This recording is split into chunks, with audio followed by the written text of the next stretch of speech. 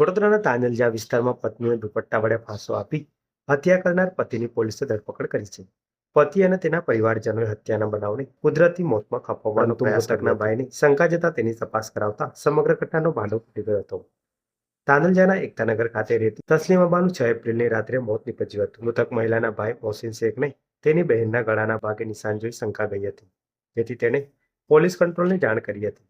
સાસરિયાઓ heart એટેકથી મોત હોવાનું કહેતા હતા, પરંતુ મરનાર મહિલાના પરિવારજનોએ અત્યાચારની આશંકા વ્યક્ત કરતા પોલીસે પોસ્ટમોર્ટમ કરાવ્યું હતું. રિપોર્ટમાં મૃતક મહિલાના ગળાના ભાગે ફાંસો આપવાની મોત નીપજ્યું હોવાનું જણાઈ આવતા જેપી રોડ પોલીસે હત્યાનો ગુનો દાખલ કર્યો હતો.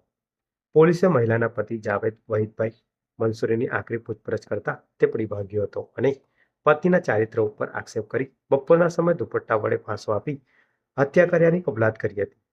પતિએ પત્નીના દુપટ્ટાને ગળે વીંટ્યા બાદ બીજા હાથથી મોઢે ઓશીકું દબાવ્યું હતું અને 10 મિનિટ સુધી દુપટ્ટો ખેંચી રાખ્યો હતો, જેથી પત્નીનું મોત નીપજ્યું હતું.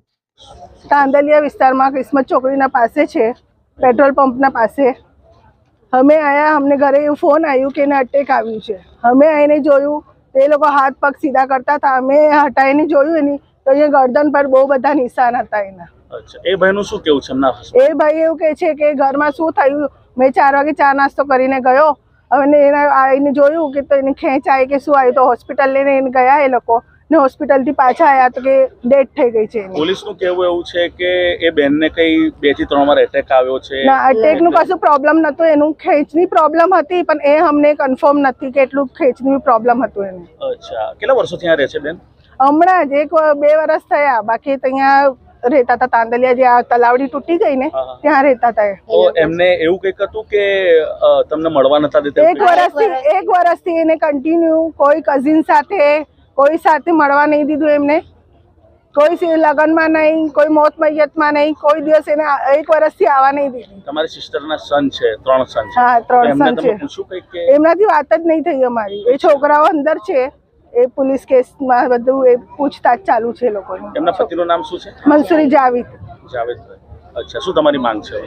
હવે એવું કરીએ છીએ અમે કે ઇન્સાફ જોઈએ અમને કે અમારી છોકરી સાથે શું થયું છે. પોસ્ટમોર્ટમની માંગ. પોસ્ટમોર્ટમની માંગ કે એને 1 વર્ષથી ટોર્ચર કર્યું, શું કર્યું, પિયરમાં કમ નહીં આવવા દેતો તો, કમ નહીં મળવા દેતો તો. હોય ઇન્સાન છે, ભૂલ થાય, અને એટલું બધું ટોર્ચર બી ના થાય ને.